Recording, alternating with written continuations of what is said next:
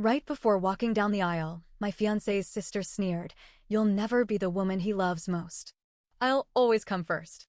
My fiancé laughed and whispered, "She's right, you know." I smiled and said, "Enjoy the wedding." Then I walked out and straight into the limo with his biggest secret. So, I was supposed to get married last weekend. Everything was set. The Plaza Hotel. A six-figure wedding. A Vera Wang dress. Hundreds of guests. Months of planning. Thousands of little details checked and double-checked. And I left. Not because I got cold feet. Not because I had doubts. I left because, 10 minutes before walking down the aisle, I realized the man I was about to marry was a complete joke. Let's start from the beginning.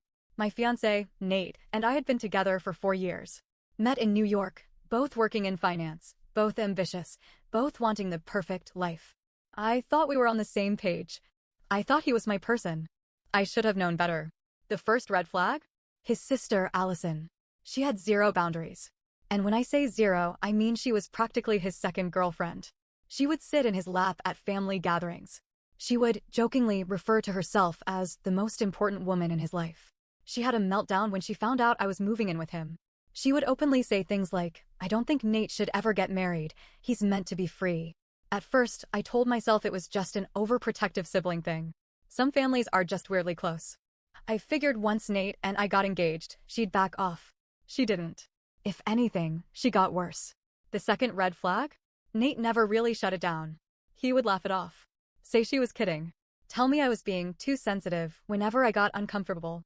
Even when I pointed out how strange it was that his sister threw a fit when he canceled dinner with her because we had plans, he shrugged and said, "That's just how she is."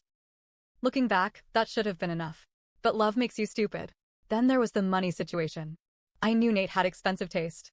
Designer suits, fancy watches, first-class flights, private clubs. But I thought he could afford it. I mean, we worked in finance. We made good money.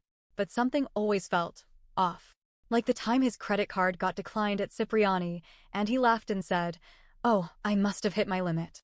Or the time we were supposed to split the cost of a vacation, and at the last minute, he asked me to put it on my card. "I'll pay back," he said. He never did.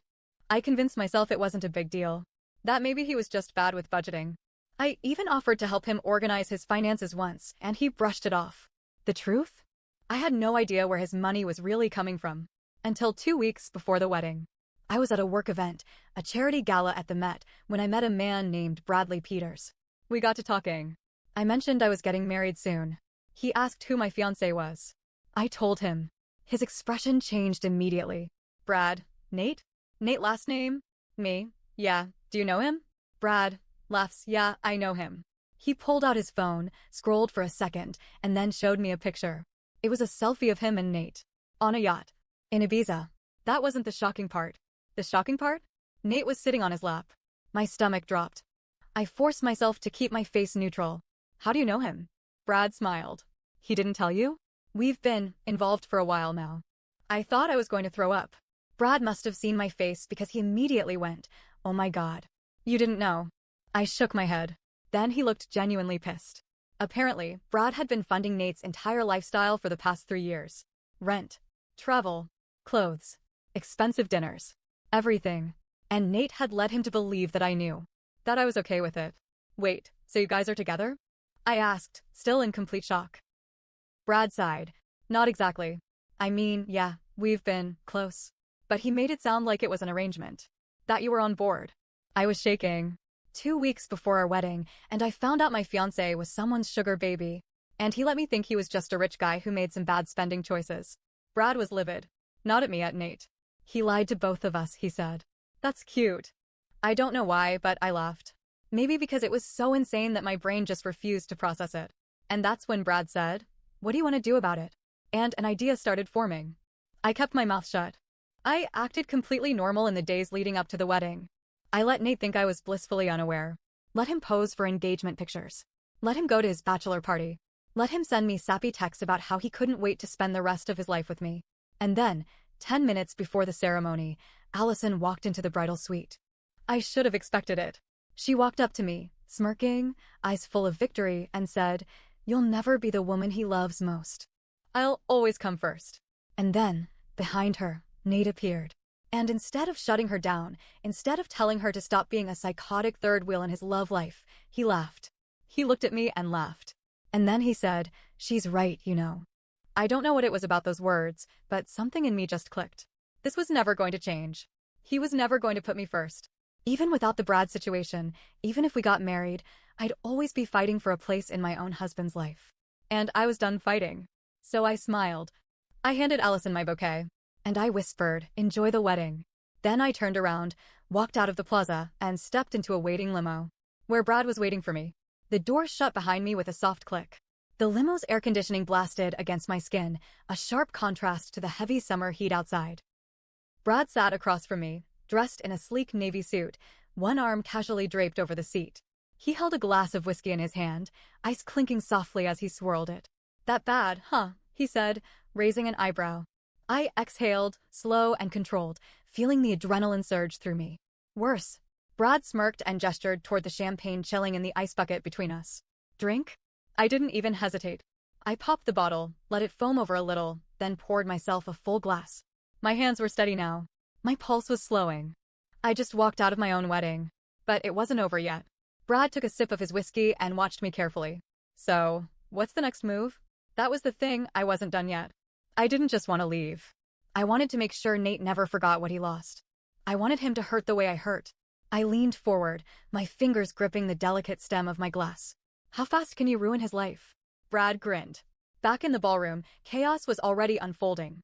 At first, nobody noticed I was gone. Guests were still chatting, sipping champagne, waiting for the ceremony to start. The pianist played soft classical music. The planner rushed around, making last-minute checks. Then the whispers started. "Where's the bride? Is there a delay? Why is Allison holding her bouquet?" Nate was standing near the altar, chatting with his groomsmen, pretending to be unbothered. Then one of the hotel staff walked up to him. "Sir," the man said, clearing his throat. "We need to discuss an urgent issue with the billing." Nate frowned. "Billing?" "Yes. The charges on the main card have been declined." Repeatedly. At first, Nate laughed, thinking it was a mistake. Then his expression changed. Because Brad had already made the call. Within minutes, the vendors were pulling out. The catering service refused to serve another plate. The bartenders stopped pouring drinks.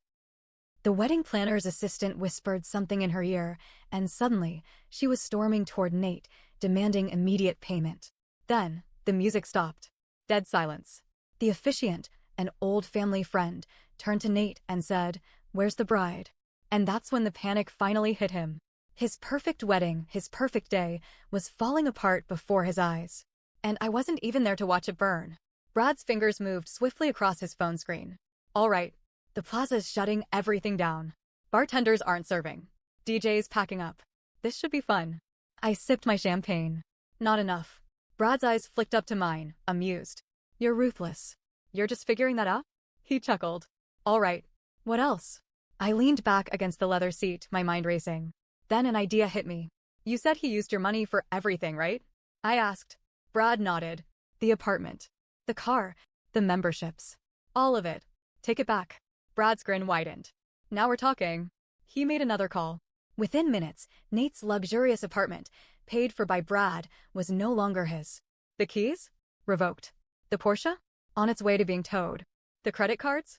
Frozen. By the time Nate figured out what was happening, he'd be homeless, broke, and humiliated. And I wasn't even done yet. Then Brad's phone rang. His expression darkened as he glanced at the screen. He hesitated before answering. "What?" he said sharply. I watched his face carefully. His relaxed smirk vanished. His jaw tightened. Something was wrong.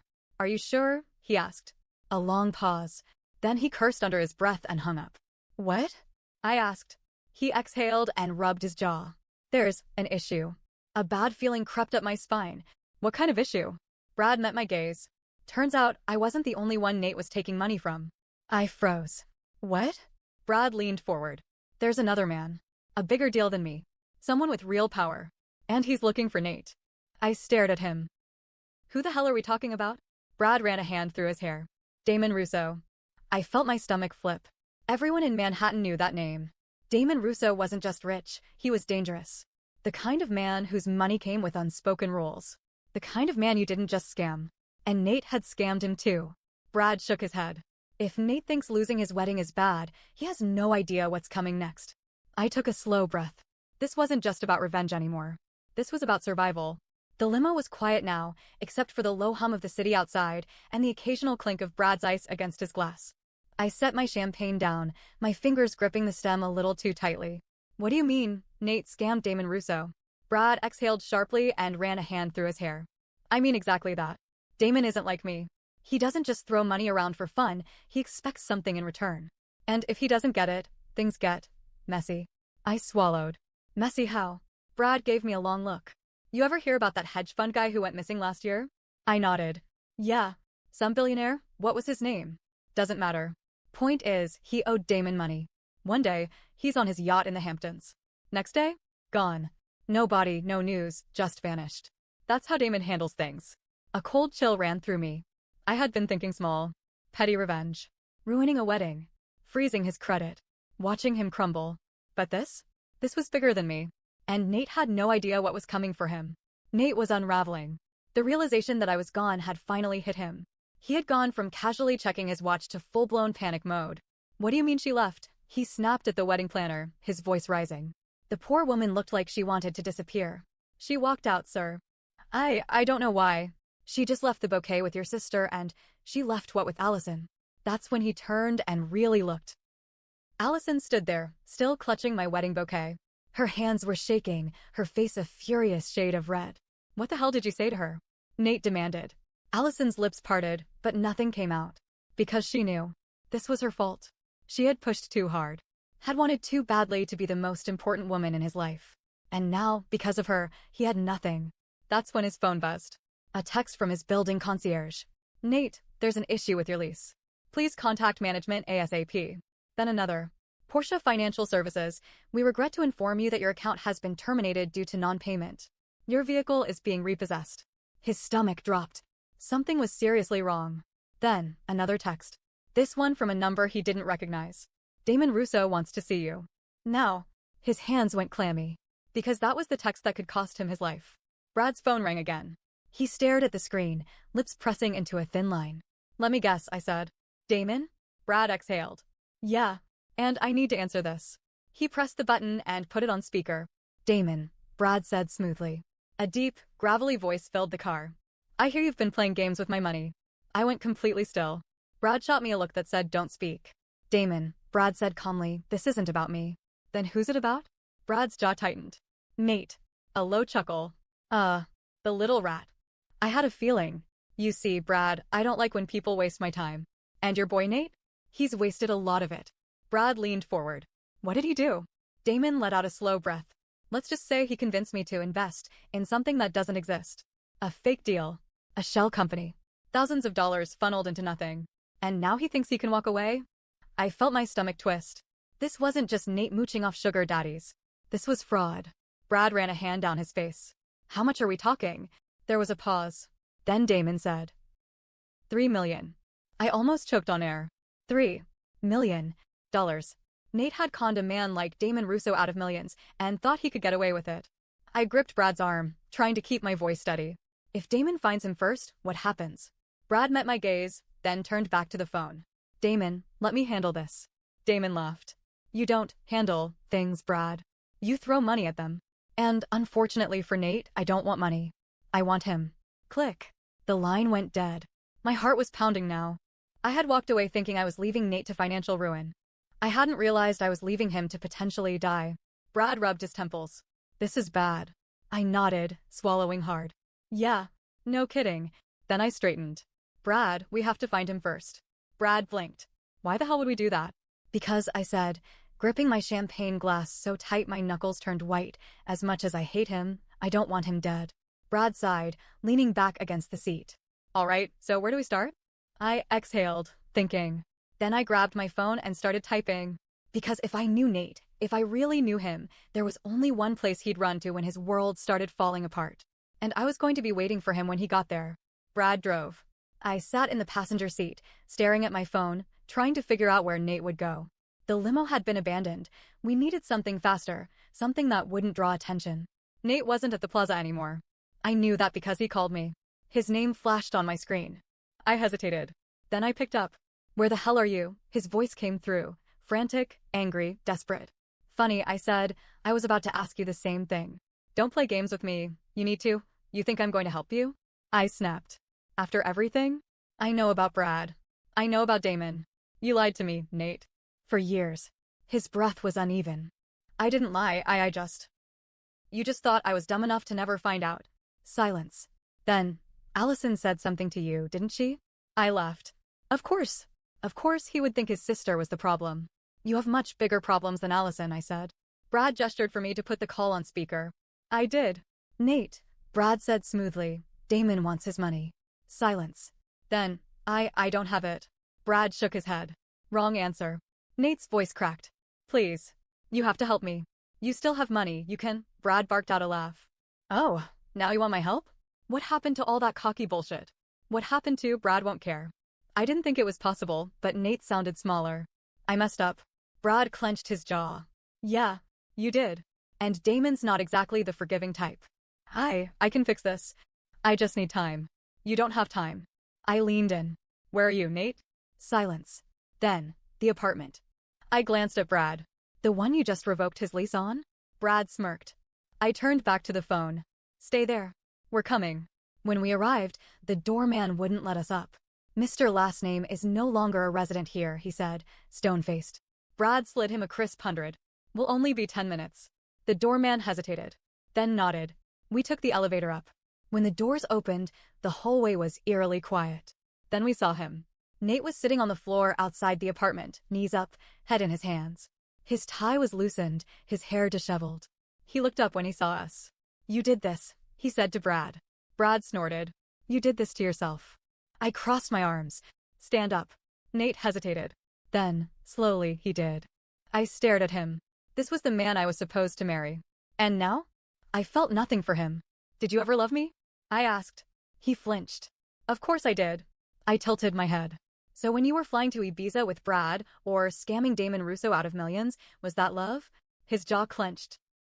Was it love when you laughed at Allison's disgusting comment instead of defending me? Was it love when you used his money to pay for our wedding? Nate exhaled, shoulders sagging. I didn't want you to know. Know what? That you were a fraud. No. His eyes flashed. That I was never enough. I stilled. He swallowed. I grew up watching guys like Brad. Like Damon. These powerful men who had everything. And I wanted to be like them. I wanted to be the man who could give you the world. I stared at him, trying to process if that was supposed to be an excuse. That's not love, I said finally. That's vanity. His expression crumpled. I was going to tell you. After the wedding, I was going to fix everything. Brad laughed. You think Damon was gonna let you walk away? Nate's hands curled into fists. What do I do? I shook my head. That's not my problem anymore. Then I turned to Brad. Let's go. I didn't look back. Nate tried calling. Blocked. Allison sent a 3-page email blaming me for ruining her brother's life. I replied with a single sentence, enjoy being the most important woman in his life. Blocked. Damon found Nate. I don't know what happened after that, but I do know that Nate left the city overnight. Gone. Vanished. I didn't ask questions. Brad and I? We kept in touch. Turns out we actually make great business partners. Who knew? And me? I walked away free. No wedding. No fraud. No Nate. Just me, a glass of champagne, and the rest of my life waiting. And honestly, I've never felt lighter.